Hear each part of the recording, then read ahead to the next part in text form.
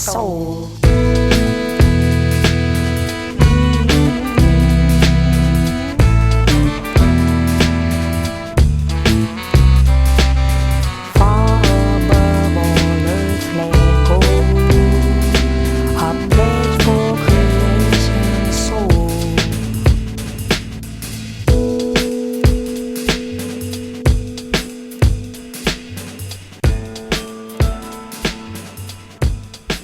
Hello everybody, welcome back to Roots to Grooves. Yo, yo, yo! What is up, everybody? Thank you for joining us. I'm Jesse.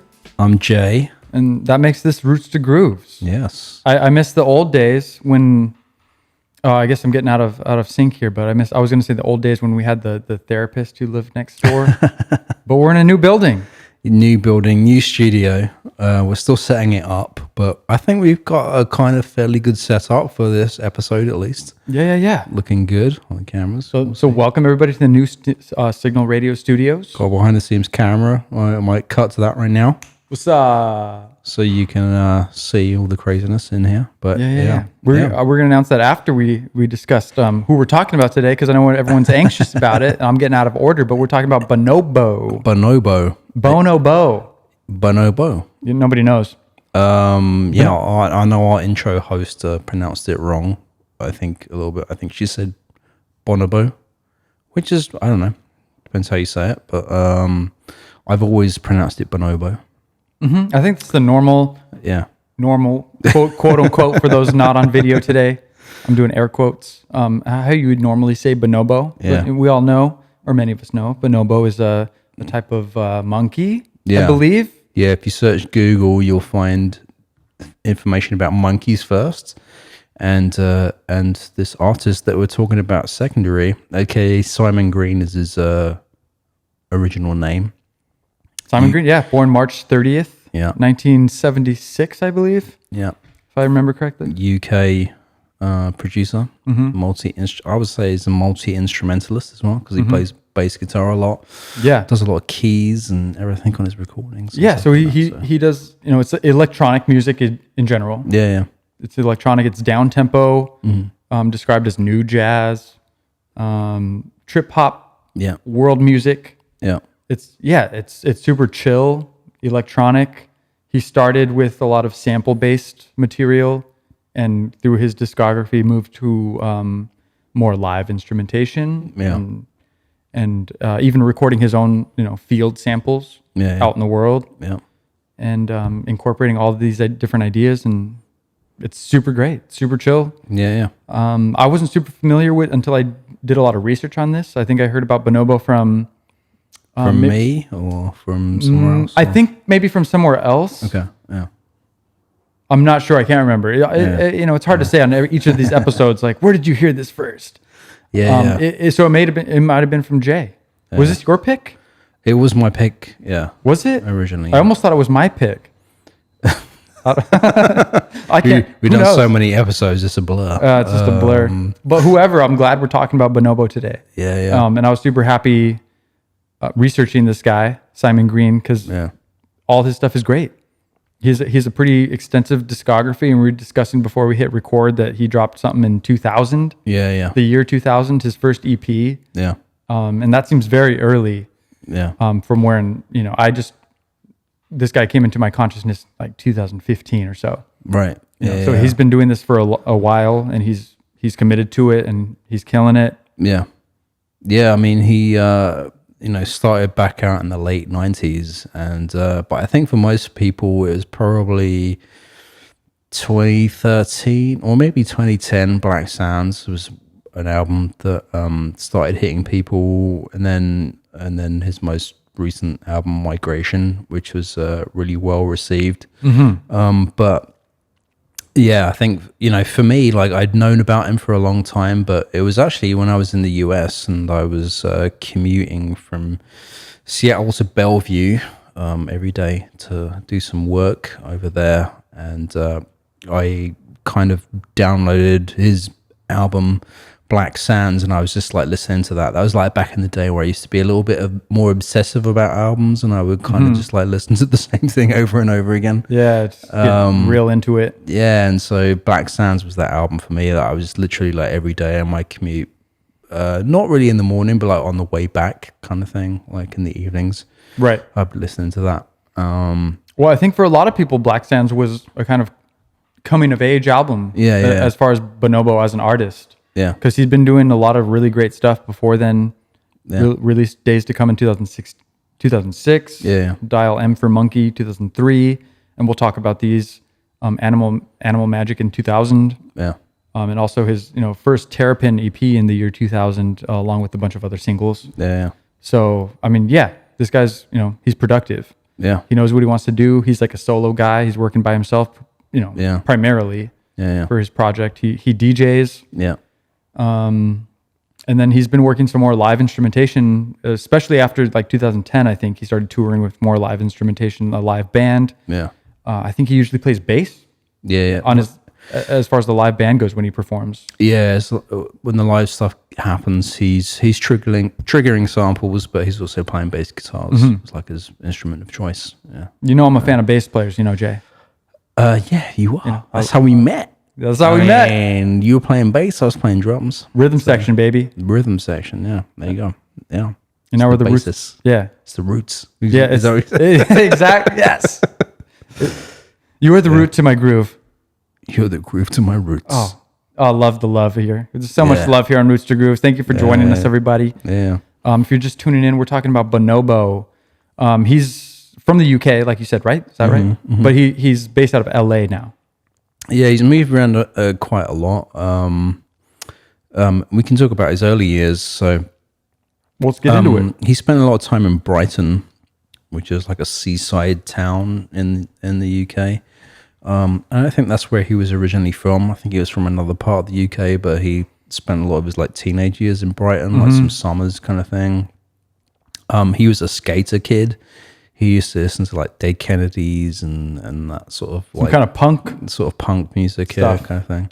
And then when he was down in Brighton, he said he fell into the party scene, and he started going to these clubs, and he started to discover the music from labels like Ninja Tune, and the sort of big beat sound, which we sort of explored a little bit, I think, on our episode about avalanches. I described them as big beat.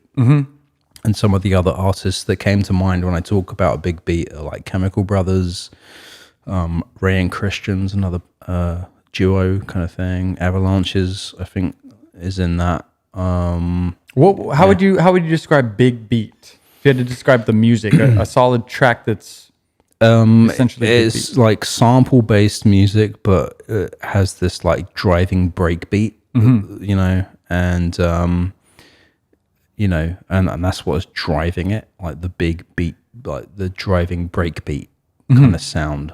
So there's some hip hop influence, yeah, definitely hip hop and funk influence. But it's just like this big driving beat, mixed with samples, and then I guess like when the big beat genre came around, it was also having that mixed with like vocals sometimes, right? Melodic vocals sometimes. I mean, because like Chemical Brothers did this one track with like I think it was like Noel Gallagher doing the vocals from these tracks from Oasis. Yeah. So like that was kind of like, a big beat track, but with his like droning vocals over the top of it, sort of thing. So, and speaking of vocals, he doesn't usually have too many vocals through Bonobo's releases. Is that right? Most of it's instrumental. So he doesn't do any vocals himself, but he has a lot of guest vocalists. So the first track we played was actually called Days to Come, featured Bajka, who I think is a singer from India. He also collaborates a lot with Adriana, or is it Adrian? No, Andreya, Triana. Adrian. Throwing out that Rocky. Just get a little Rocky thing in here. Why not? Yeah. That's as close. We have to name drop The Rock. We're playing a game where we have to get The Rock in here somehow. I don't know why that became a thing. But on a certain show, it was like, it's barely a thing, but we keep doing it.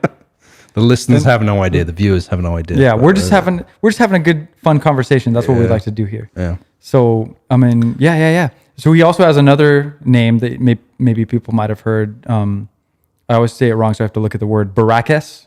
Yeah. So I haven't come across this, and I haven't heard of this. Like, do you know where this came from, or if he released any music underneath that name? I think he's released at least one project under it. Yeah. And I can maybe try to look it up in a second or something. But it's more heavy dance floor music inspired, kind of more housey. Yeah. Yeah, more kind of EDM, venue. Yeah. Kind of big crowd on the floor. Dance music, interesting kind of thing, as opposed to what he's kind of known for as Bonobo, which is more chill. Yeah, and he also plays to huge crowds and everything. He's done big festivals and everything, but just Bonobo's music seems a little more chill, more chill wave, down tempo. Yeah, and I saw he doesn't like to be referred to as down tempo. I don't think he likes that descriptor very much. I think he thinks it has that connotation of like hotel elevator music, right? Or something like that. It's lazy or it's quiet. Yeah. Unenergetic. Yeah. Non-energetic. I don't know words. Lethargic. Yeah, sure. Yeah. Okay. Oh, Bonobo. Yeah, lethargic dance music. Lethargic. Great. We just coined a new genre, lethargic dance. That's beautiful. Coined by Jay Purcell, right here on Roots to Grooves.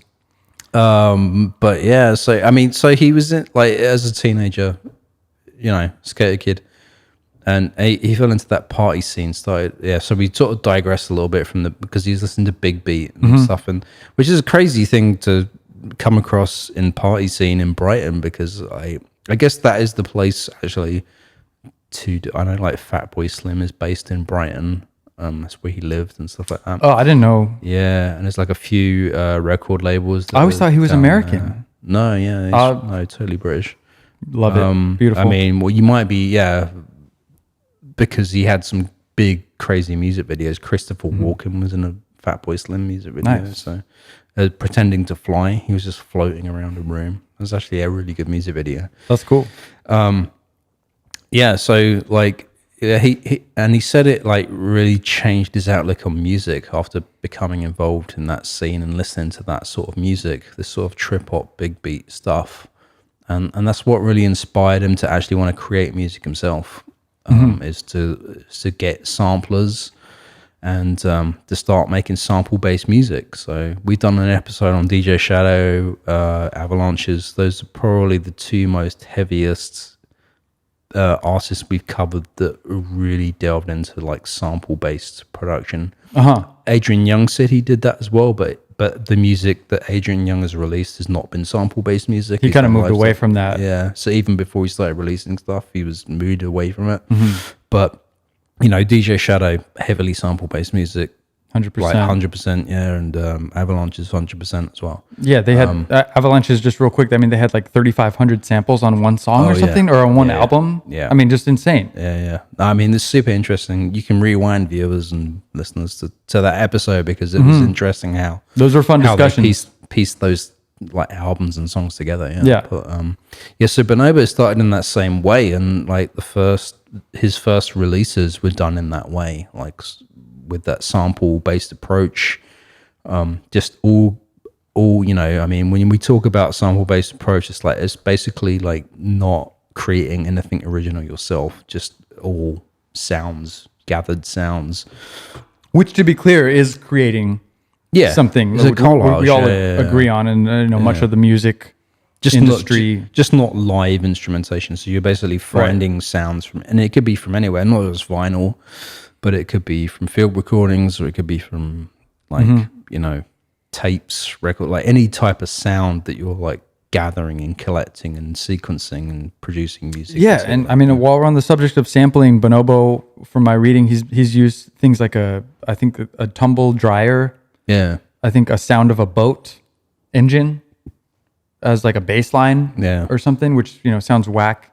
I think he's like sampled like boilers and Airbnbs that he stayed in and stuff like that, and whatever random stuff you can think of, you know, or stuff that I wouldn't be able to think of, he has sampled. I think one of my favorite was like a turnstile, which is that one of those things you walk through? Yeah. I mean, like at football stadiums or something. Yeah, like give me your ticket. Okay, you're allowed to go through now. Is that a turnstile? I think that's the sound they make. Yeah, it's like it's like a clunking like. Yeah. Is it my turn yet? Oh, am I stuck here? Yeah. Is this okay? Yeah, it never feels super comfortable to walk through. No, it does. It's like, it's all, every time I push one of those, it's like, oh, is it going to go all the way? Yeah. Or am I going to get stuck? I think a lot of people have that experience where they're like, okay, sure. Yeah. And you run into it and it doesn't let you go. And you're like, oh, what am I doing wrong? You have to scan your ticket again. What is my life? Yeah. Yeah, totally. So I don't know where I was going to. I mean, we're still like talking early years, early Bonobo. Yeah. As far as I know, the first records he was coming out with, he was using a Kai sampler and an Atari ST. Right. And he was running Cubase. Yeah. So just to give a little overview of stuff he was using. Yeah. He also used Logic, I think, for the early years, and then he moved to Ableton. Right. So I've been using Logic, and I moved from Pro Tools to Logic, and it's pretty great. I've never used Ableton.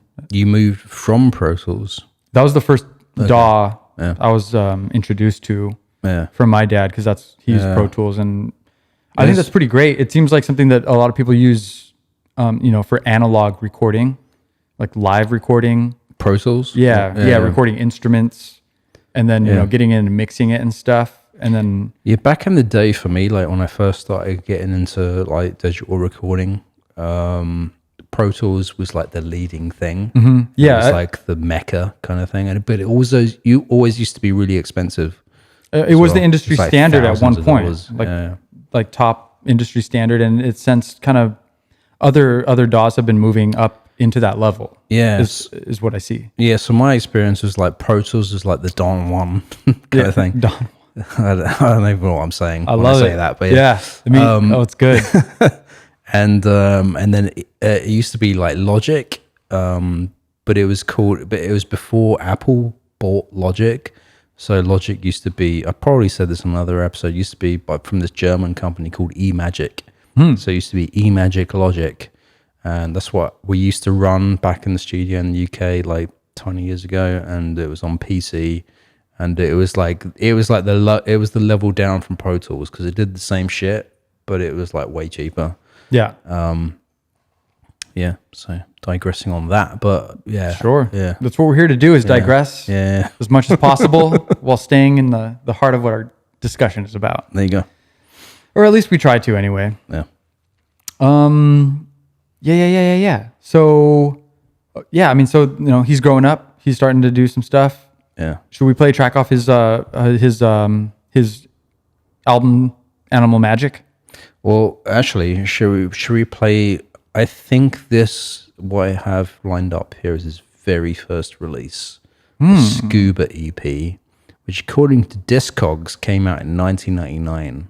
Even before? Okay. Yeah. Okay, we're going way back. Because the last time we talked about this, I played you, I think, Terrapin, which I thought it was his first thing. That's what I thought was the first thing. Yeah, but no, I found this. This is a Scuba EP that he released. Props on the research, Jay. Yeah, and I think this is his solo thing because he has done like remixes and compilation appearances, and that's how he came up with his name, which we can talk about after this track. Okay. How he came up with his name. Little teaser then. I like the teaser. Little teaser. And we'll play a track off his even pre-release.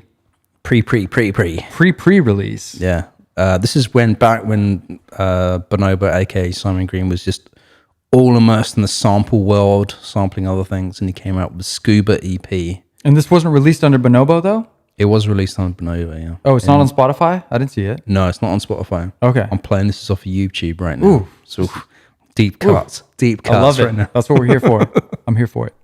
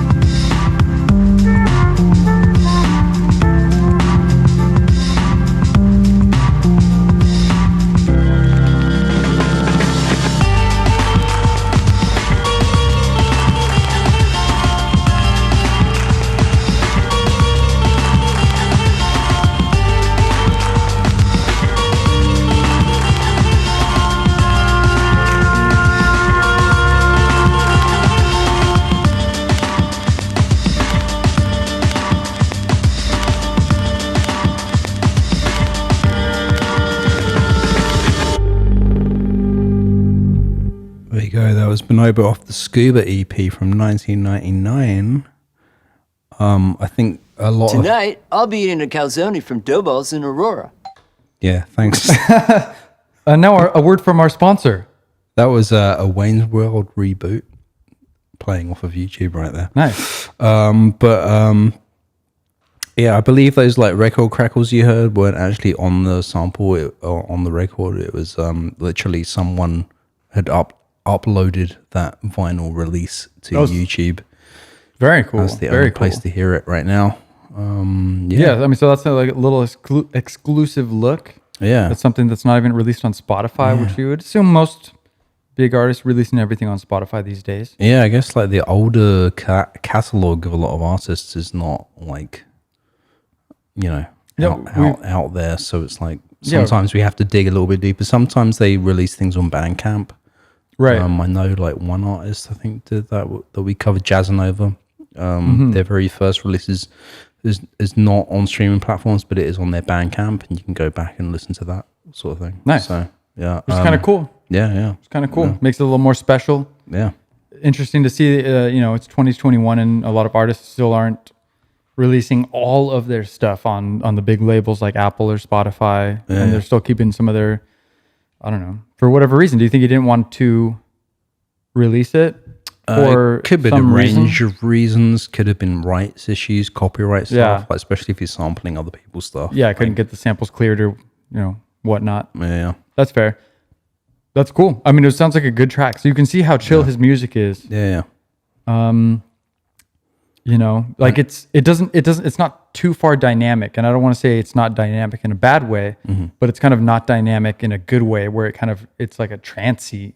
It kind of lulls you into a trance and you just kind of float through this music and it takes you into this kind of this world of world music. And that's one of the coolest things I found about Bonobo when I was listening to it. It's just kind of, it's not like, here's the hook, and here's the drop. You know what I mean? Yeah. It's just kind of like, it's kind of a build up. It kind of sucks you in and lulls you into a nice, cool beat. Yeah. Kind of world soundscape. Yeah. So that's what I dig about this guy. And I think every track that I've heard from him kind of does that for me. Yeah. And it's high value music for me. Yeah. So, so he started out from that realm. He did a lot of like remixes and appearances on compilation albums kind of thing. mm-hmm. I think it was one specific appearance. I think it was on the Tree Thoughts recordings. Tree Thoughts recordings as the record label. There was a compilation called When Shapes Join Together, and he was asked to put a track on that. And so that was like his debut of like an official release, I think. And then there was like a time where he didn't have a name, like, of what he was going to be called. And I don't think it was that, it might have been that release or another release where it was basically they were trying to put a track on a compilation album, and they called him on the phone and it was like, so what name do you want to put on this kind of thing? Because he didn't have a name. He was just like a producer of a track out there kind of thing. Yeah. And he literally like looked down and there was a book open next to him and he just saw Bonobo written down. He was like, Bonobo. And they were like, okay, cool. And and they went with it. And he said he's like later regretted it because it was like an off the cuff thing. But he actually, I think we talked about this before where it's like, names can be important at a certain point, but at another point, it's like another time in your life, the name can embody something else, Mm-hmm. Yeah. It's like you never think Google was like a multi-billion-dollar company. Yeah. A stupid name like what a Google, silly word. But the company embraced the name, and the same with artists like Red Hot Chili Peppers. It's like, on the surface, like if you were a brand new band called Red Hot Chili Peppers, everyone would be like, okay, yeah, whatever. Like, yeah, no, I think it's a testament to like how weirdly or oddly can you name your band and be successful. Yeah. And if you have a weird name and you're successful, that's just a testament to how good your music is. Yeah, I think so. Yeah. And I think the music that you make embodies what the name means. Yeah. Because I mean, yeah, we probably talked about this on the show before, Yeah. but Green Day. Yeah. What is not necessarily a great band name? Yeah. What does that mean? Who Yeah. cares? But it means something once you know Green Day's discography and what they did. Yeah, once you get into the music and everything like that, it doesn't really mean anything anymore. Like Yeah, the name exactly. is just a, Yeah, I don't know. It's just a name. yeah. So it's cool. But I think Bonobo's a great name. Yeah, no, I think it is, and it. I think that could be a cool band name. Yeah. So I didn't mean to interrupt you, but I think it'd be a cool band name. Yeah. Or it's a great, solo artist name as well. Yeah. And I think we said bonobo is a monkey. And I'm wondering what these definitions are, but I think bonobo is a chimpanzee, Yeah, which is technically an ape. Yeah. Which, So I'm which is also different wondering. from monkey. I'm also wondering what book he just had laying out there when he was just like. Yeah. Is it an encyclopedia or something? I don't know. Yeah, why was it laying open during Exactly, your interview, yeah, what the hell's right going next on to here? you? Like, Yeah. So. I don't know. Bonobos are cool animals. Yeah. We're related as great apes. Yes, that's true. So there's certainly some connection there. Yeah.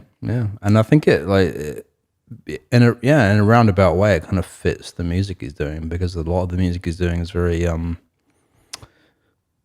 don't know, humanistic is a way to say it, or something like that. But he travels a lot, and he brings a lot of those travels and that global influence into his sound of music, I think. Even in that early track from 1999, to me seems a bit global, because you got those like just Like the sitars. sitar thing. Yeah, I'm not even sure what instrument that is, but it's like very worldy Totally. sound kind of thing. Yeah, at least as far as not Yeah. in popular Americana music, Yeah. using some worldwide instruments. And maybe it wasn't the one you just played, but the song Terrapin that we played at the beginning. Yeah. But one way or another, you can certainly hear his world influence. It doesn't sound like any particular Yeah. genre subset in a particular country or region. Yeah. He's that's one reason I like him. He's using kind of influence from all over the place. Yeah. And blending it together into a beautiful down-tempo electronic smoothie. Yeah. Down tempo electronic smoothie. That's what I'm getting from I'd like to have breakfast with that. I'm gonna order that at Jamba Juice next time I go. Next time I go to the mall. Out Jamba Juice. Give us a sponsorship. Yeah. Well, I'll buy a smoothie from Jamba Juice every day. Oh my god. And I'll drink it right on the show. It just through the straw. Yeah. Keep talking, Jay. I don't have anything to say. I'm just enjoying my smoothie. Trying to say something very serious over here. So this guy's killing it. So let's go to 2000. Animal Magic. Yeah. Drops his first LP. First LP. It's sick. Again, he's just kind of. This is another artist who's kind of building up into what he is. And you can kind of see through his production and through his releases how he's growing and what he's trying to do. Yeah. And so this is kind of more of the same of what we've been playing. It's kind of down tempo, chill, electronic, world music, and it's kind of a slow burner. Yeah. As I would say, you like listen to it. There's a nice intro track, Yeah. and maybe that doesn't even need to be there. Yeah. Maybe it's too indulgent. Some might say, for a debut EP or something. But it's a slow burner and it goes and it's chill. Yeah. It lulls you down. Yeah. It's peaceful. Yeah. And it's really good. It's cool. So I mean, pretty impressive for a first release. Yeah. And that was over 20 years ago already. Yeah. And it doesn't sound like it was 20 years ago to me. No. Yeah. And that's a cool thing. Whatever that means to you. Yeah. I mean, it's a blur to me in terms of time and music, because there's a lot of fresh things that I still go back to that I'm like, oh, okay, that was 20 years ago now. Yeah. Okay. I mean, like if you're in 1990, like what sound is 20 years ago from 1990? Like you're talking about From 1990? 70s or something like that. Yeah. I mean, yeah. Then you're talking about like Steely Dan. Yeah. Or so you're Pink in the Floyd. 1990s and you're listening to Salt and Pepper and Janet Jackson, and then you talk about 20 years ago and we're thinking like old school Bee Gees or something like that. Yeah, Bee Gees. Great. I still need to look more into Bee Gees. I heard there was a cool interview or a documentary on Hulu. I saw it. Yeah, it's on HBO. Okay, perfect. HBO. Yeah. Yeah, it's good. it's worth Oh, watching. so you have HBO Max I do. because it's on HBO Max. I know that. I got it. It's the only thing that's existing right now. High roller. Yeah. I love it. I check them all out, you know. I'm gonna have to get your HBO Max Logins. credentials. Yeah, and Credentials. let me get up in there and watch some Bee Gees. Yeah. So I mean, but yeah, you know, you see how 2 decades of time pass. Yeah. Interesting to look at. But I feel like now, like, like the reason I brought up 1990s, 20 years from 1990s, I think is a drastic difference in like sonic quality and technology and everything like that. But 20 years ago from now, to like 2000, I don't feel like genre wise or music wise there's a lot of difference. Like I played you that track from 4 Hero that was called Les Fleur earlier, Right. which is from 2001. I mean, I don't know what you felt about that, but that was like a live thing. I'm sorry, listeners, this is like a private kind of No, well, but, and there was that track that was just not didn't sound dated to me, like, Right. But because it was when they produced it, they intentionally made it to sound kind of dated a little bit, and so so it was dated sounding intentionally then, and that was 2001. So well, I think even now, you look at bands like the recently broken up Daft Punk. Their last album, it was like 2013, Random Access Memories we've talked about, and they specifically were like we're going back to go forward. Same as Adrian Young, fully analog studio in LA, and Daft Punk was like we're gonna do disco kind of pop using bringing people in like Nile Rodgers to do real instrumentation in our kind of electronic way with these electronic vibes that we were trying to create. And so a lot of these artists are going back to go forward, and I think it's a really cool thing because I mean, what else are you gonna do? It's pretty. But you're always going back to. You're always like referencing or inspired by what came before you. Right. That's all anybody is doing. Yeah. It's like even Bee Gees or whatever. Like they are inspired by certain things, probably 20 years before them. Exactly. So and at that point, I can barely name any artists from the 50s. Right. If we're talking about 1970, 20 years before that. Not Buddy Holly. I don't know. And there was some. I think even one of the first fully sampled records was from the 50s, which sounds crazy, but there was some sampling going on. And then as Beatles were sampling stuff, and there was some artists sampling and everything. Well, I've probably mentioned this on a previous episode, but I'm going to say it again. But Les Paul. I mean, everyone knows them as Les Paul guitars. Like the guitar, right? Yeah, but there was a real guy called Les Paul, and he pioneered live sample looping in the 50s. Okay. And there's this really great video that if you just search Les Paul on YouTube, I'm sure you'll find it. Very cool. I think he's with a singer. And he's basically with a guitar, and he has all these tape machines, and he's like playing a little bit of his guitar, and then he's like looping it on tape machines live, and then the singer's singing along, and she's looping it, and then and they're just like building up this whole track live. And this is like a black and white 1950s TV show with Les Paul demonstrating live looping using tape machines. That's insane. That is insane. Yeah. That's It's amazing. really inspiring to watch. Like, it seems wrong to think about that because it just seems like the wrong era to think about people, that type of thing. Yeah. I remember because saying people weren't doing that in the 70s, live looping. Yeah. Whatever, that brought me to when Ed Sheeran. Yeah. We've spoken about him on multiple podcasts because he's super popular. Yeah. And he comes up every once in a while. But I saw him in 2010 or 2011 open up for Snow Patrol, who's another, I think they're UK or British band. I think they're Welsh actually. Welsh, yeah. UK. Over the pond, whatever. Yeah. But and I saw him open up, and he was just a solo guy, single guy on the stage using a loop pedal, and he absolutely killed it, and it was amazing. And that seems, 2010. That seems pretty modern. not that long ago, and then you're talking about a story that was from the 1950s, Yeah. where somebody was doing the same thing. Well, the first time I saw anyone do live looping things, it was Katie Tunstall. Do you know her? Yeah, I can't. Scottish singer songwriter. Yeah, I know at least one or two of her songs. I can't think of the names though. Yeah, she did a performance of one of her biggest hits on a UK music TV show called Later from Jules Holland. If anyone's from the UK, you might know this. Hopefully, we've got some UK listeners. Yeah, actually, really cool show. And but she did a live looping performance. That was the first time I saw anything like that. It's probably like early 2000s or something like that, or whenever she came out with that. And yeah, but I was like, in subsequent years, I've seen the Les Paul thing, and I was like, well, my mind was blown when I saw that, like that Right. clip. Like, that was insane. I mean, you're blowing my mind right now just telling me that story. Like, I can't believe this stuff was happening. It's such a weird perspective to think about. Yeah. It seems to not make sense. Yeah. It makes sense if you think about it, that these ideas take a long time to Ferment.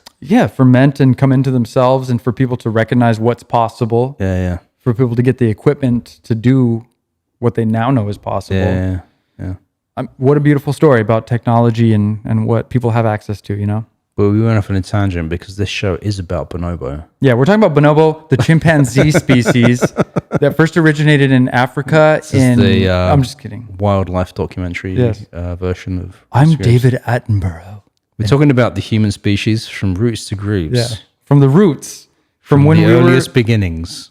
You know, hey, humans have roots in. You know, we're related to mushrooms. From the Big Bang Yes. to, well, In the beginning, in the beginning. there was a bang, and it was big, and it was good. I digress. Let's move forward a few million years. I left a pregnant silencer there for you to see it feel uncomfortable and realize the errors of your ways. There's a lot of errors in my ways, Jays. There's a lot of errors in your J. There's a lot of errors There's in a lot my of J's. J's in your errors. Got some I don't know. J's ways. I don't know. Yeah. Hey, we're just riffing here, guys. Yeah. So, I mean, we're talking about Bonobo, though. Awesome electronic artist from Great Britain. Is that okay to say? Mm-hmm. Again, this is not a geography I mean, episode. we have multiple names like UK, Great Britain. That's what's constantly confusing me, Jay. England. It's a world that I don't know, and I have to constantly use different terms for You just have specific two over geography. here: US or USA or America. I don't even have my passport, Jay. You don't? No, I got my passport photos taken this last year in 2020, though, so I'm on my way. But yeah, well, you need to get that if you want to come to England and see the sights. the sounds. I need a tour guide. Yeah. Well, Let's go. let's go. COVID's over, baby. Well, Let's do it. not yet, but you know. Hopefully, by the time this episode drops, it's over. Okay, everybody? Yeah. Get your vaccines. Get your vaccines. Get your kids vaccinated. Yeah. But, let's move on. So, Animal Magic's good. It's chill. Came out in 2000. Boom. He moves on to Dial M for Monkey. Yeah. That's his album title from 2003. Yeah. And it's good.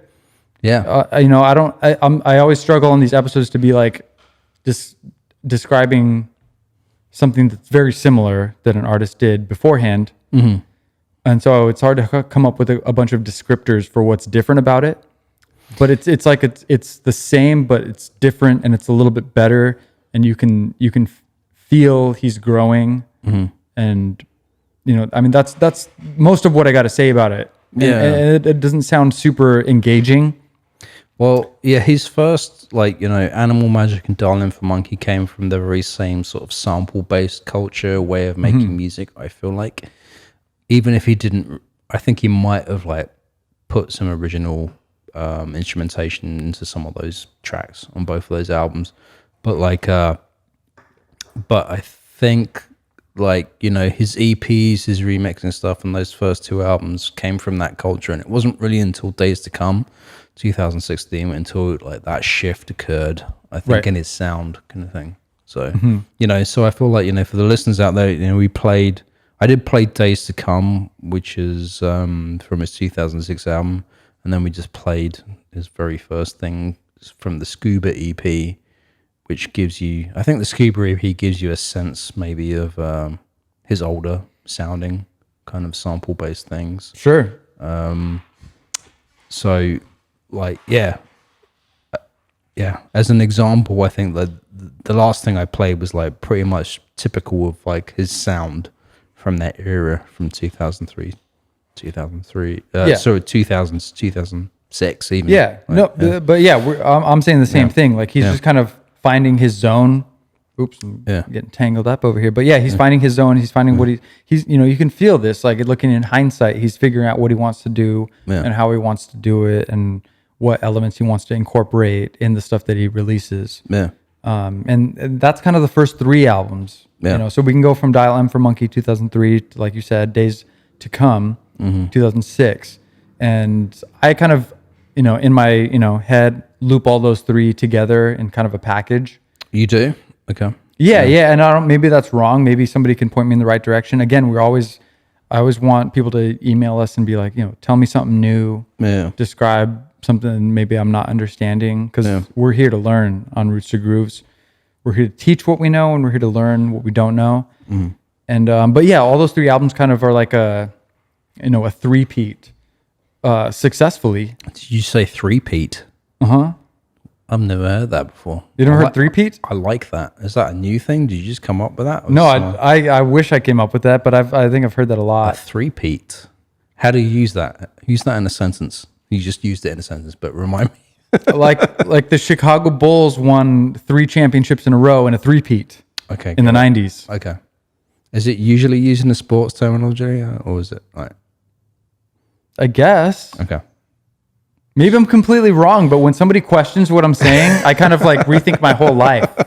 You're like, am I right? Like, I told you this before. Like, whenever like I say a word and people are like, "What are you talking about?" I'm pretty sure that's a word from my vocabulary from growing up in England. But now I'm questioning myself because, if it's in your head, it's right. Yeah. All language was made up, Jay. All words were made up. That's true. Think about that. Yeah. So, who's wrong? We're just making sounds with our bodies. That's true. Yeah. Yeah. It's all weird. Yeah. Everything's super weird. But yeah, three-peat. Yeah. I'm hoping I'm using that word right now that I'm being questioned about it on live. His first 3 albums are a three-peat for you. Yeah. Okay. Successful, chill, solid music. Yeah. Yeah. Music's super personal. Yeah. So I would never say on this podcast, you should listen to this while you're working out, or you listen to this on your way home. I don't know. Different things mean different things to people, but this music is, for me, it's super chill. If I'm doing some reading or something online, or doing, making a social media post or something, have something on in the background, or cleaning, my room, or going on a drive to get a coffee, or just drive around to chill out and listen to music. Yeah. Great. And the last one I said is probably the best. Get a cup of coffee, go on a nice little drive around your city, do a little tourism in your own city, look at the sights and relax to this music. And that really sets my mind for success. And I like to do things like that. So for me, that's how I would listen to this music. But again, super personal. So anybody out there, listen to this music. It's super great, but it's chill. It lulls you in. It's like a rockabye kind of lulling thing for me. Yeah. It's like, somebody's rocking me. Wow. It's chilling me out. I feel safe. Yeah. And it feels really good. So I don't know what I'm saying, but like three-peat. Boom. It's consistent. So, yeah, that's a vibe. Yeah. That's a vibe. Yeah. That's where I'm coming from anyway, but we can move on from that. So I think it's time we play a track from Black Sands. Okay, got it. Yeah. From 2010. So let's go to Bonobo's Black Sands 2010. Jay, load up a play. I rhymed that. And find us something good to listen to, because this is where he kind of broke out into the, he leveled up. Yeah. So this album for me, like I said earlier in the show, was something, the whole album I played like over and over again. So it's really hard for me to pick. Like, for sure. Track. I think I picked out 3 tracks from this album. Yeah, and I always say on Roots to Grooves, like, if anybody cares, I always just make a point to say, like, if I was going to start listening to this artist and I don't know where to start. Black Sands. I would start with Black Sands. That's a good option, actually. Yeah. Yeah. Because it's like different than what we normally recommend. Is like the most recent. Like I would start Right. with Black Sands because it's like, it seems like a reset of his direction from where he was at to where he's going. Yeah. It's like definitely this is like the beginning of where he's been going. Yeah. 100%. So Yeah, it feels like he kind of came into himself and he was like, okay, renewed energy, still same kind of chill music, but let the music speak for itself, Jay. Give us a track. I'm going to play this track, The Keeper, featuring Andreya, Triana.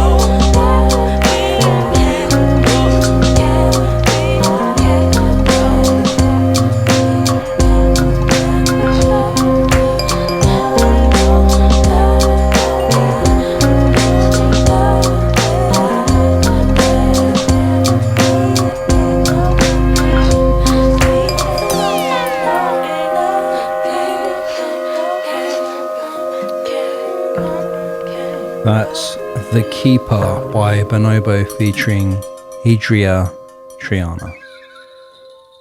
Off of Black Sands, which is like, the tipping point album for a new direction for Bonobo. I feel like, and we both feel like, I think like. Yeah, 100%. Yeah.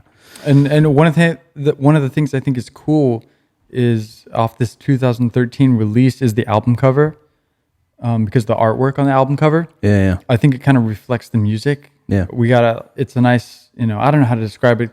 It's kind of abstract, but it's symmetrical. Sorry. And you're good, bro. You're good, bro. Everything's allowed. Everything's okay. But I don't know how to describe it. It's kind of energy. I literally don't know how to describe it. It's kind of an abstract. The album cover for Black Sands. Yeah. Oh, I'm sorry. I'm sorry. I was looking at the wrong album. I'm ahead of myself. I'm sorry. I was looking at You're way ahead. Yeah. So we'll cut this out of the podcast. Forget that. Well, what were you talking about though? I was talking about just straight up the album work for the next album. Okay, after Black Sands, North Borders. I was looking at North Borders and I was just in my little zone there. I have no excuse, guys. I'm sorry. I'm just being a bad podcast host, and I got a little ahead of myself. So, but Black Sands album art, since we're on album art, apparently, there's some. It's like a nice, overview of a outlook. Yeah. Of some scenery, like you're kind of nestled into a hillside. Yeah. Along some water, and there's a nice, tree. Yeah. And then there's some big, beautiful clouds off in the distance. Yeah. And it's a great scene. Yeah. And I'm just completely backtracking here because I was not. I was not speaking about the wrong thing. You were like, there's no way to go back. Wrong. There's no way to go back. There's no way to go back. But here I am. Black Sands. It's a nice album cover as well. Yeah. It reminds me of I can see a dinosaur walking around. It reminds me of prehistoric times or something like that. Yeah, but I don't know where it's actually from. We should have researched that as well. But it's like a hillside with a tree in the foreground and like a metal tower in the background kind of thing. Yeah, but it definitely has a vibe. Whenever I saw that, when I heard this album, it kind of gave me some sort of Japanese sort of vibes a little bit kind of thing. Like out in the hills in a sort of Japanese Zen kind of way. Yeah. Thing. And especially some of the sounds throughout this album as well is definitely worldy, and I think is it koto is like the name of that Japanese stringed instrument? Do you know that? Or Kyoto? Yeah, I think Kyoto is the place. That's what I was gonna say, but okay. I think it's a instrument, Japanese stringed instrument, which I think he uses a lot, throughout a lot of his recordings and stuff like that. Right. Yeah. Okay. I mean, sure. I think so. Yeah, no, I'm sure you're right. But one thing I do like about this album cover on Black Sands, and we're on this Black Sands album 2010. I was right, by the way. Koto is a stringed instrument. Jay was right. Somebody mark that down. I just Googled. Okay. Jesse was wrong. Jay was right. No. It's a plucked instrument. It's like a stringed instrument that's like on this wooden board, and you pluck it, and it makes those bling. It's kind of like a harp. Okay. Something like that. Yeah. You're playing a little more horizontally, though. Maybe. Not like a big harp bow or whatever. I think you're playing flat down. Yeah, I think. Kind of on your lap or something, maybe. Yeah. Something like that. Sure, I'm unfamiliar. Well, like that, we can play it upside down. You can do anything you want. I mean, that's the beauty. Whatever sound you get, but sorry. No, didn't mean to interrupt. No, I love interruptions. Interrupt me more because I don't know what I'm talking about. I'm just kidding.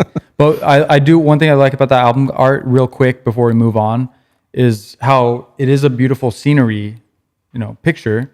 And there's clouds, and there's kind of hillsides, and there's a valley, and there's a big tree. But then there's that structure in the middle. Yeah. Obviously, man-made, right? Yeah.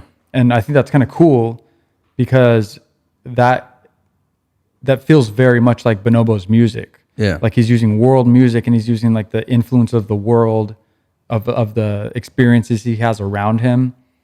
But he's also using electronic influences, using computers and using this technology to create what he's doing. And I think that in that own sense, it's its own symmetry. I'm sorry for our listeners. I'm not good at speaking, so I fumble over my words all the time. But I was understand the thing you said for the last 3 hours. I'm just like,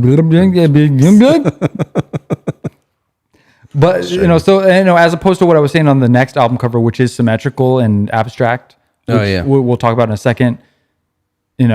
As contrast to that, this one is not symmetrical as far as the artwork goes. No, but it does kind of have some symmetry compared to what he's doing as an artist. And so I think that's cool. Yeah.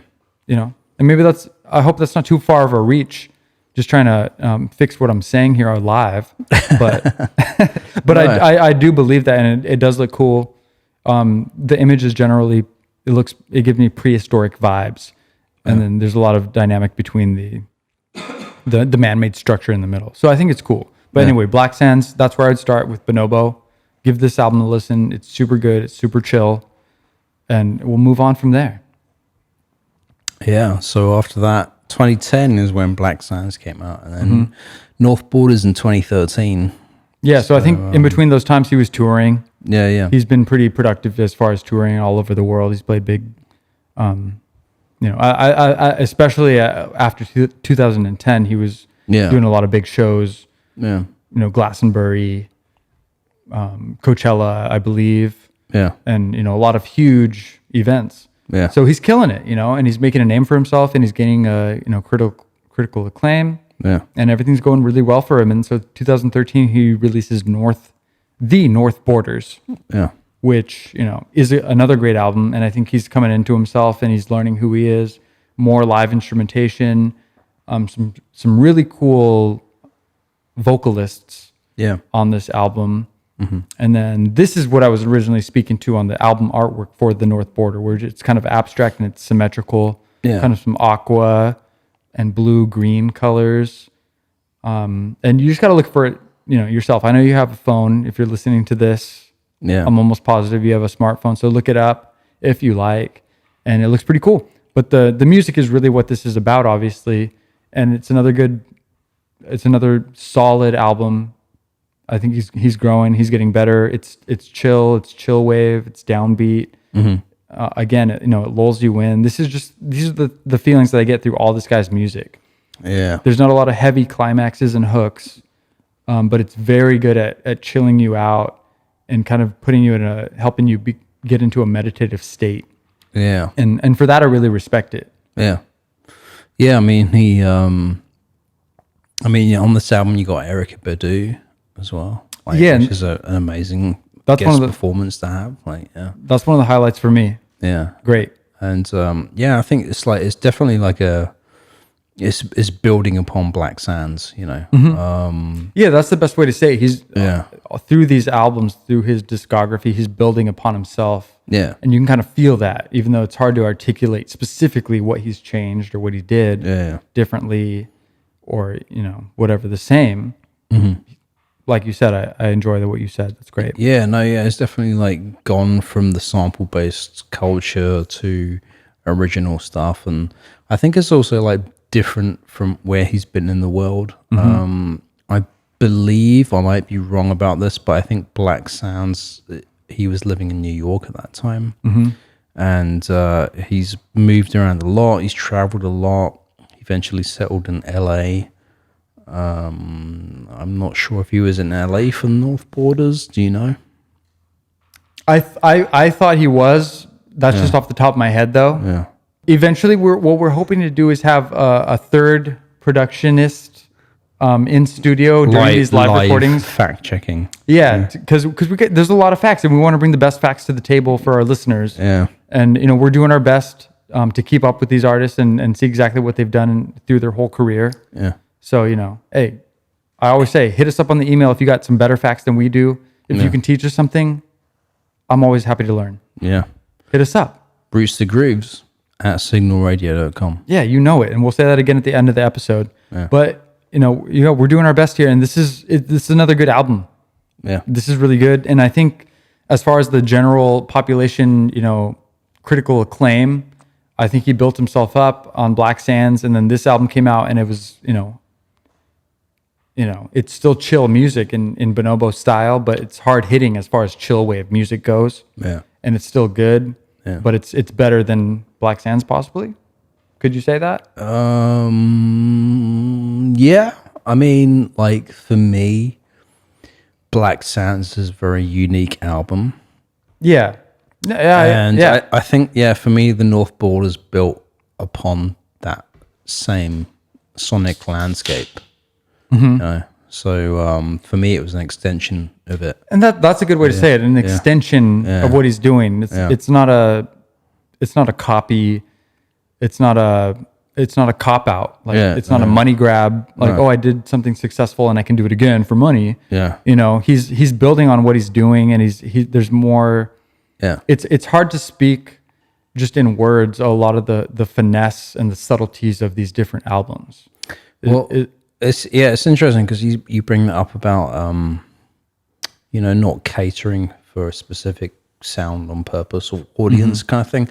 Yeah, I mean, it's like a truly good artists will evolve by themselves, and they'll do one album or one project, whatever, and when the next project rolls around, they'll be like, well, I want to improve, or I want to change, or I want to make a different sound, or I want to further explore this idea that I only explored a little bit on the first thing, kind of thing. Sure, yeah. And and I feel that's kind of what he's doing. Simon Green, Bonobo, is he's doing that, just sort of finding that sound and be like, oh, okay, like I figured this out now. This is what I could try and experiment on this next track or whatever. Totally. So it's like, and as we all know, we're all living this life, and things progress slowly sometimes, and it takes a long time. Sometimes it takes a little bit of time to pass to be able to look at something in hindsight, and see what happened,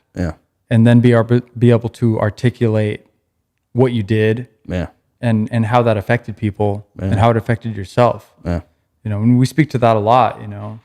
Time passes, and that's one thing I've been concentrating on is, and we've spoken about this a lot. Like, you get something done, and then it's easier to see in hindsight, rather than I'm going to continue to work on it until what?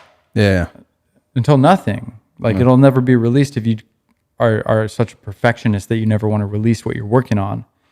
It's so much better to be a part of the ongoing process. Release something that's decent. Do something better later. I'm a broken record. I said that on another episode, but we don't have to keep saying it again. But this is high quality. Yeah. We wouldn't be talking about this if I didn't believe in it. Of course. And I wouldn't be. Yeah, I wouldn't. Try to say something that I'm not trying to say. It's a good album. It's super solid. Let's play this track with Erykah Badu on it. That is what I'm down for. Yeah. Super excited. Heaven for the Sinner. Nice. We don't need no truth, got plenty now. It grows on trees. God, I'm glad it's not a race I'd lose. There's no saint, there's no sinner done more dirt than me. Another who can do more right than me.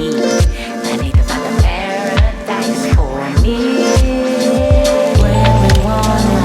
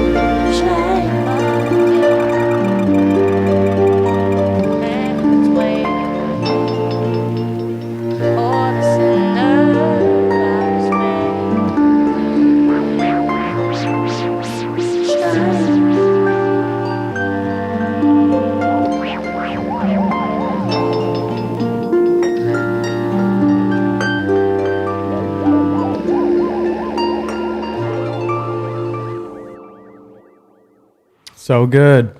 That was great. Feature from Erykah Badu on that track. Yeah, I really like how her vocals blend into the track. Yeah. You know, like she's obviously a great vocalist and did a great job with really interesting stuff on this track. But none of it doesn't go too far away from the heart of the track. Like it all blends in really nicely. And she's not doing like a total vocal thing where she's speaking about something with her words and bringing more energy into the track. It just sounds like it's really wholehearted and centered around the vibe of the music. And I really love it. It's great. Yeah. So they killed it, you know? Absolutely, yeah.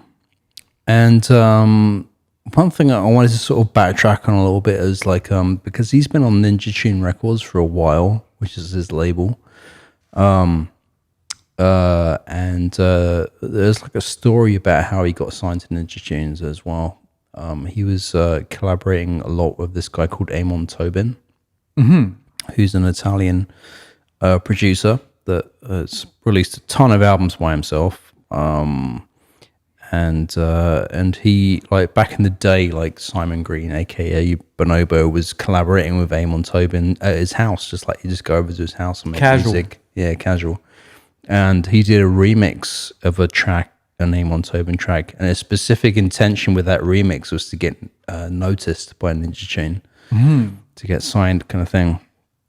And it ended up happening. Like they ended up calling him because Amon Tobin was already on Ninja Tune, and this remix came out, and then they were like, "Well," the label was like, "Well, this is great. Who's this guy?" Sort of thing. So sign him. Yeah, that's another interesting thing. And the reason also I bring that up is because I was super into Amon Tobin stuff, and he released this album in 2000 called Super Modified, which is like, it is a crazy album. Like there's a lot of sort of like field recording stuff, I guess, or like sample based music, and it's just like it's not really musical in terms of like melody and lyrics, because there's no vocals on it at all. It's all like instrumental stuff, but it's all very kind of, I think, industrial. I think I played you some tracks before, and you kind of said it was industrial sounding. Sure. Yeah, which it is, and it's like I don't even really know. I'm just gonna play something in the background. I don't know how it's gonna sound, but not that. But here we go.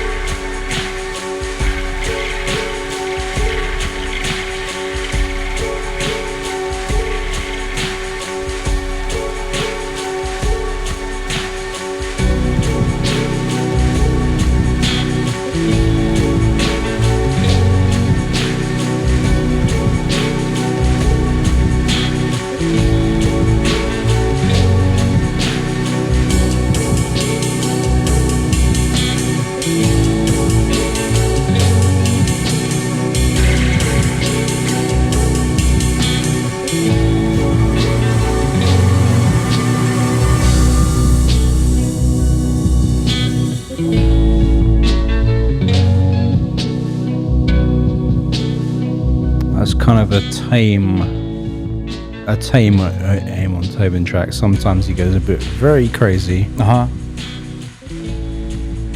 In terms of what he does instrumental. Sounds good though. It sounds vibey. Yeah, like he goes out and records a lot of like field recordings. Like he'll go and record like just weird sounds of orchestral instruments, kind of thing, like plucking and just like clunks on instruments, kind of thing, and he'll just drop them, sample everything, sort of thing. I think he also did like a soundtrack to I want to say Splinter Cell or Metal Gear Solid, like video game thing. Okay. So That's kind of dope. He did that? Yeah, He does video game music? Amon Tobin does, yeah. Nice. Not Bonobo. Right, but right. Yeah. That's great. Yeah, it sounds... Yeah, so that was the guy that Simon Green, aka Bonobo, was collaborating with early back in the days, and got him signed to Ninja Tune. I just wanted to throw that out there. Sick. As a thing, a little tidbit. I love the tidbit, bro. we need more tidbits up in here. Fitbit or a tidbit? Ah, I need a Fitbit and a tidbit. Yeah. Maybe both. Yeah, so, I mean, The North Borders came out 2013. It's beat-driven. It's serene. It's understated. You know, as opposed to his earlier albums, it sounds a little more vast. Like you can feel him coming into himself, and it's a little bit more, you know, intricate. Yeah. As far as the production and the mix goes, bigger atmosphere, great use of space. It is 1 hour long. Yeah. Which that's kind of at my limit for where I would say it's a long record. You know, my ideal record is like 40, Really? 45 minutes. Okay. I think that's a good thing. And I like some stuff that like Kanye West is doing with shorter albums. Yeah. Like 7 songs. It's like half an hour. Yeah. You know, in the modern age, people want quick stuff. Maybe don't have a whole hour to listen to a song or a music or an album. I mean, Yeah. and that could be beneficial to you as an artist. Yeah. But you know, it's an hour long, so it's packed. It has a lot of good stuff in it. Great vocal features, a lot of good layers, organic instrumentation. I think it's generally higher production than his other albums previously, and yeah, I don't know, good taste in vocalists. Yeah. So that was North Borders 2013, and then yeah, I guess after that, and also in 2013, he released Late Night Tales, which is an artist, you know, Bonobo curated compilation album. Yeah. So it's like a mixtape of artists of tracks that he enjoys. Yeah. Which is super cool. And I know a couple standout tracks. We've talked about Krongbin, Yeah. and he has a Krongbin track on there, and then also Bad Bad Not Good. Yeah. So you know, some cool music. Who's another band we need to talk about actually? Bad, not good. Yeah, and you're the one, Jay. You turned me on to them. Yeah. Oh yeah. Those guys, which is Yeah. super rad. 3-piece Canadian jazz funk Yeah, trio. Yeah. and they make some super great stuff. Yeah.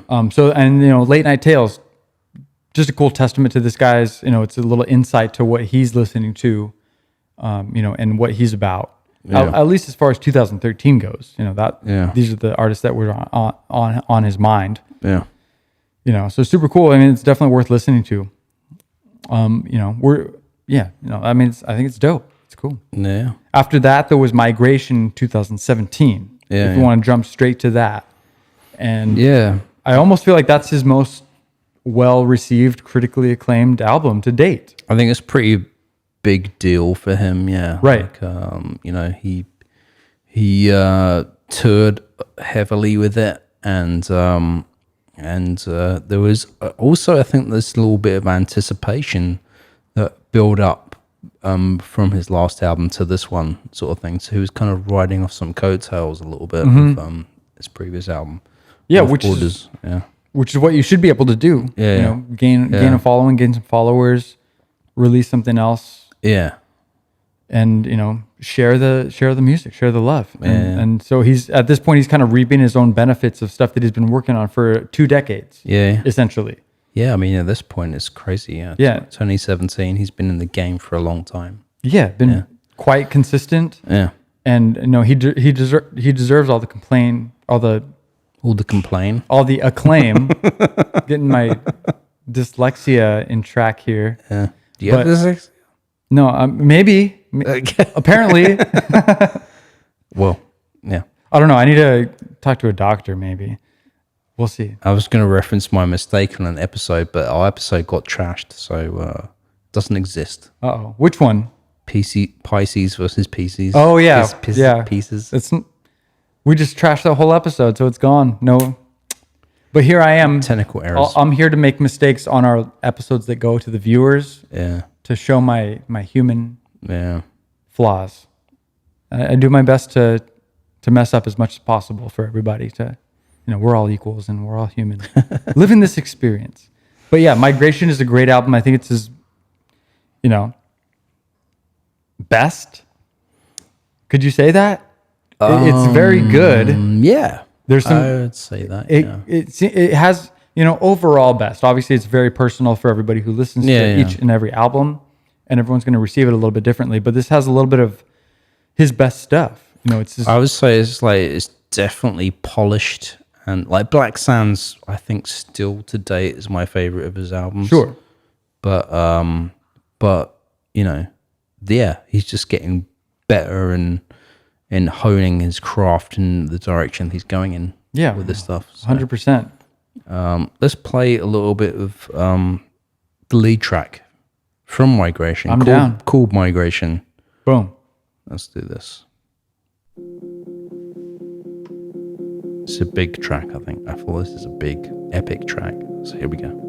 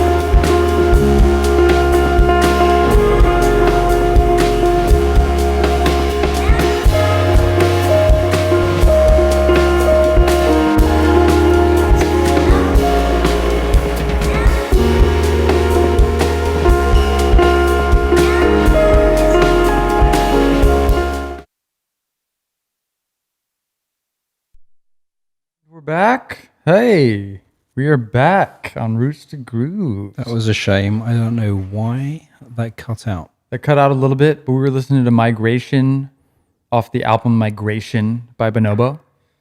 Yes. So, who knows what happened, but we're back. So, like you said, it was a pretty epic track. Yeah. And it sounded like it was building up to something that we didn't get there quite yet. We are tethering phones and everything right now for internet connections. Yeah. So we apologize though, but bit of Signl action. Radio is moving studios, and this is very much in the process of moving. Yeah. Nothing has been finalized, but we set up here specifically to record this week. Yes. So we appreciate everybody's patience. Yeah. You know, having some technical difficulties and stuff like that. So, you know how it goes. We're all living life. Yeah. So, but that's the way it goes. So, you know, anyway, good to be back. Yeah, we're talking about migration, talking about the artist, Bonobo. Yeah. So, I mean, yeah, the rest is more like that. That was the intro track, basically. Yeah. Same title as the album. And it serves as a, like you said, kind of epic, you know, I mean, that track is 5 minutes and 30 seconds. Yeah. And there's a lot of like explorations in I know a lot of people call his newer stuff EDM or whatever they consider it EDM, you know, electronic dance music to spell it out, but which it is, I think. But oftentimes when you think of EDM, you think about this like big sort of like grandstanding celebrity DJs or whatever kind of thing, like versus this type of music, which is I think is very sort of thoughtful and yeah, it's much more not focused on giving the audience a hook, and then giving them the release of, you know, a sick drop, whatever. Like it's much more introspective. You know, at least that's how it feels for me when I'm listening to it. I just come back into myself and I'm like, creates a nice atmosphere for me to be. And that's what I love about Bonobo. Absolutely. You know, so I hope I would love to know what other people think about it. You know, anybody, you have any cool thoughts or cool facts? Hit us up on the email. I say it so much. I'm trying. No one's emailed us. No one's writing in. Come on. I'm just kidding. Come on. I mean, you can write a YouTube comment as well, but I do write most of our YouTube comments on my 5 YouTube accounts. Oh, there you go. Yeah, that's where all the views are coming from. That's all our views.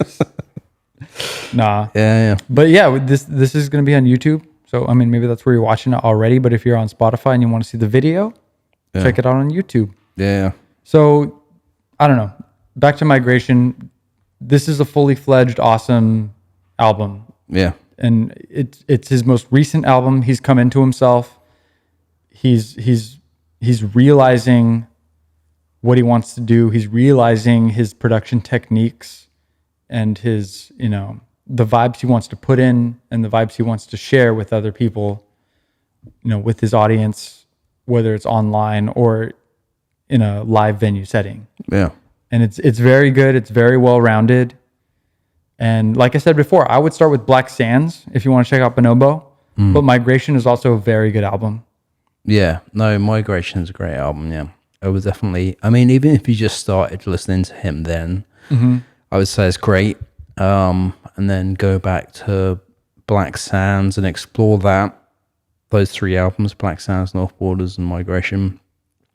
And then his earlier stuff is just like, you know, it's cool, it's good, but it's very of that era. Maybe it is dated in that sense. In a sense, it's a little bit like I would listen to like some of these 90s, you know, beats, and they feel kind of one-dimensional to me. Yeah, maybe 2-dimensional as opposed to 3-dimensional.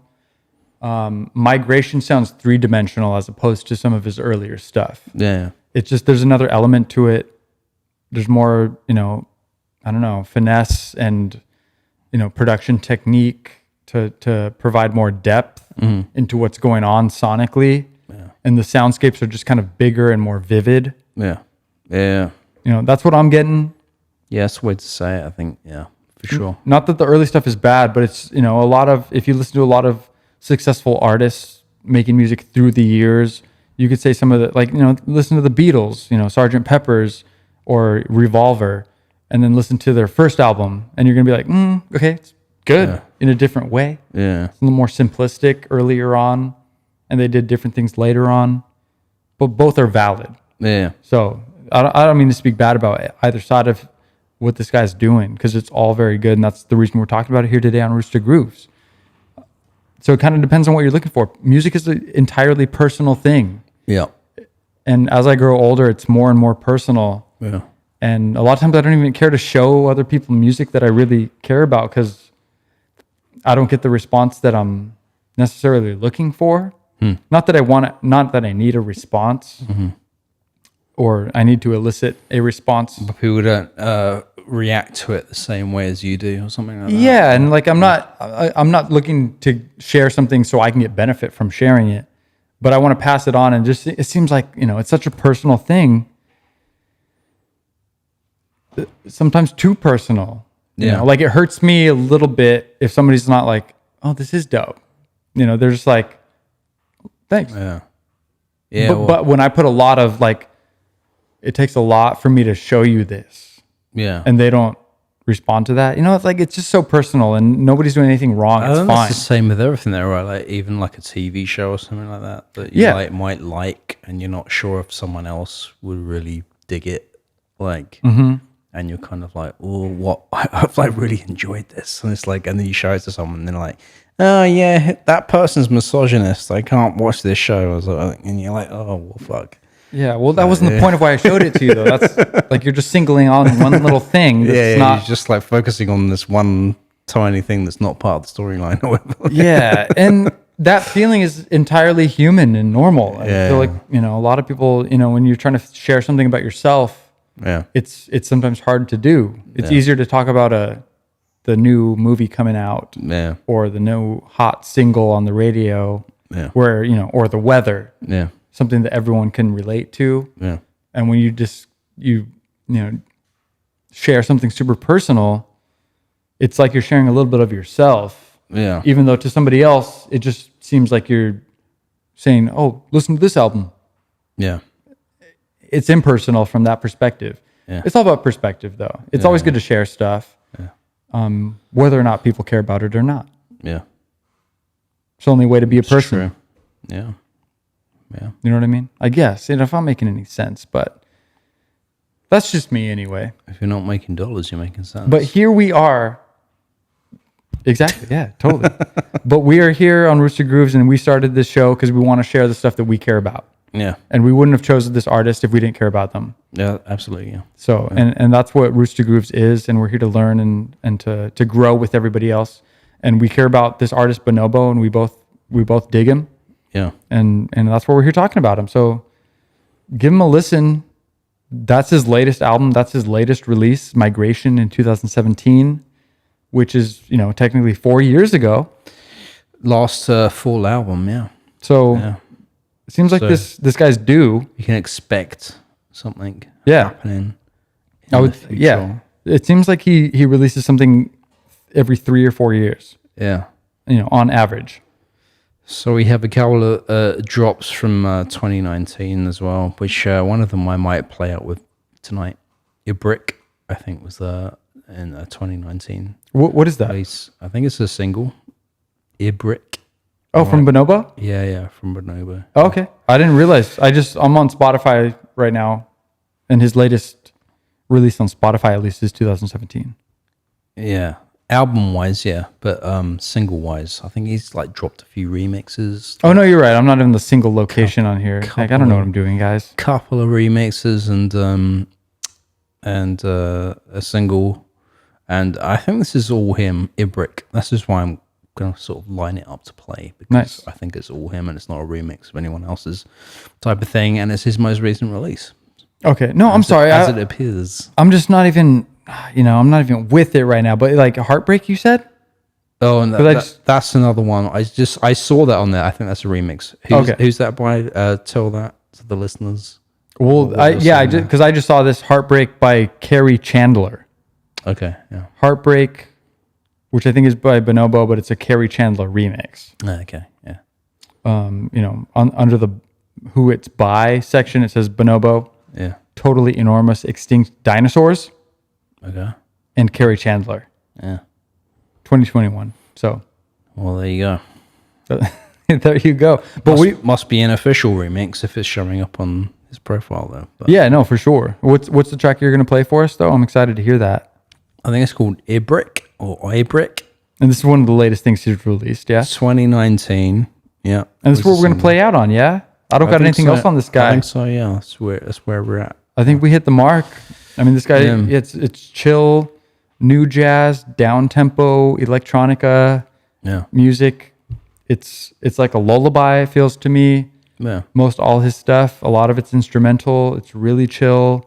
Yeah. It's really playable in the car. It's really playable while you're doing chores or chilling at home. It's definitely like I would say headphone music. Well, all music for me is headphone music. Yeah. But I would say, you know, if you're gonna like lay back, put a nice big pair of cans on, chill out at home, put any of these albums on from Days to Come all the way through Migration, and explore and just lay back. You know, do the album thing. Do the album thing. That's Do what, the album thing. That's what you know. We at Roots to Grooves recommend. Yeah. Do whatever you want. Do whatever. Just, That's number one. Just listen to the albums. Listen to the body of work, because we've talked about so many artists on here, and all of them go to work on an album. They don't go to work on a song or a track. They go to work on an album.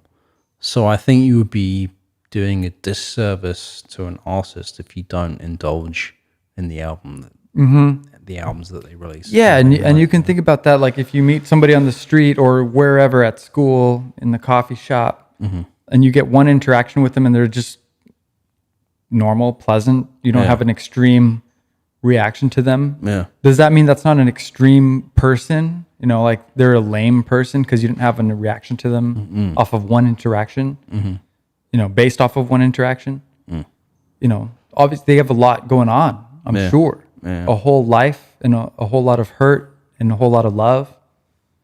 And if you give them the chance, you get to know them, right? It's the same thing with music.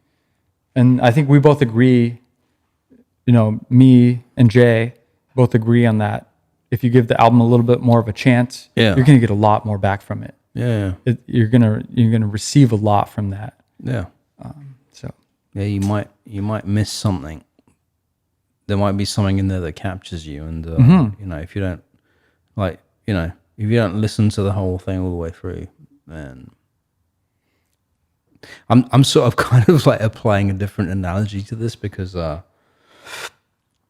recently signed up for a masterclass, you know, the website, masterclass.com, to look at Questlove and see what he was talking about DJing kind of thing. Nice. And, you know, and some of those videos are like, one of them is about like his equipment, and the other one is about curating music and stuff like that. And I was like, you know, I was halfway through his equipment video kind of thing. And I was like, yeah, I kind of know this stuff. I don't really need to, I like really need to see this again, sort of thing. But I continued watching it, and it was like, and without doubt, like in each of these segments about subjects that I thought I knew about, there was at least one nugget of like, interesting, inspirational information to me. And I was like, so yeah, like that's the thing. Like sometimes that's all the difference. That's the thing. Is that one nugget? So that's the thing. Like whatever it is, whether you're watching a tutorial video or whether you're listening to music, is like give it a chance and let it play. Even if you feel like you've heard it before, or you've heard this type of sound before, give it a minute. Like just give it a chance. Yeah. And then there'll be that one moment in there where it will be like, oh, okay. Right. And like, and specifically when we're talking to music, maybe it's not that way for listeners, but if there's any music makers out there kind of thing, like there might be that one moment in a song where you're like, oh, okay, that was an interesting arrangement or instrumentation flip or whatever kind of thing, and that can inspire you, sort of thing. So even if you don't see it in the first few minutes of the song or whatever, it's like you got to give things a chance to get that nugget. The nugget. I mean, it's all about the nugget. If you don't give things a chance, you won't find that nugget. So that's totally. You could just see somebody walking down the street and you don't know what about their life, what they've gone through, or what they have to offer. Yeah, exactly. But if you give them the time and have a little bit of a conversation with them, you know, this is a little analogy here. Yeah. You know, then you're like, that sparks you, and you're like, oh, I see why you're doing this, and I see why you have to do that. Yeah. Or I see, you know, the kind of the mathematic equation to why you're doing the things that you're doing now. Yeah. And same thing for music. Sometimes that one hook or that one way something was sampled or mixed hooks you, and then you see, oh, that he was doing this with that other thing that I didn't like, or I didn't realize that I liked. And it kind of, connects these dots. Yeah. And then makes the rest of the music that you thought was just blah, blah, blah extra good. Yeah. It's magic. Music is magic. It's crazy. Music is magic. Rooster Grooves is magic. That's what we're here to show. Yeah. And let's play out. Let's play out. That's all we got on Bonobo. He's sick. Listen to him. Let us know what you think. If you got anything to say to us, facts, comments, trials, tribulations, hit us up on the email. Jay? roostergrooves@signalradio.com. Boom. SIGNL radio.com. Don't send it to the other one because, it'll be like, could not be delivered. Yeah. That's what they say. Could not be delivered. That's how it goes. All right, we're going to play out. Thank you, everybody, for listening. We appreciate you. We will see you soon for the next episode. Yes.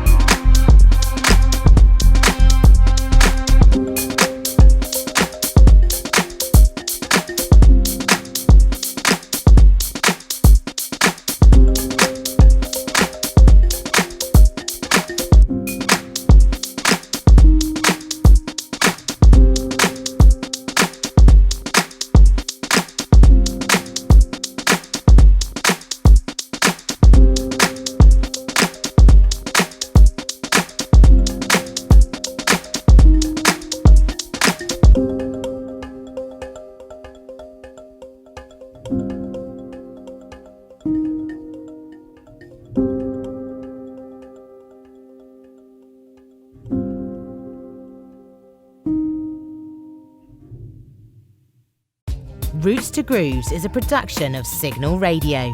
For more music and independent culture, visit signalradio.com. That's signl radio.com.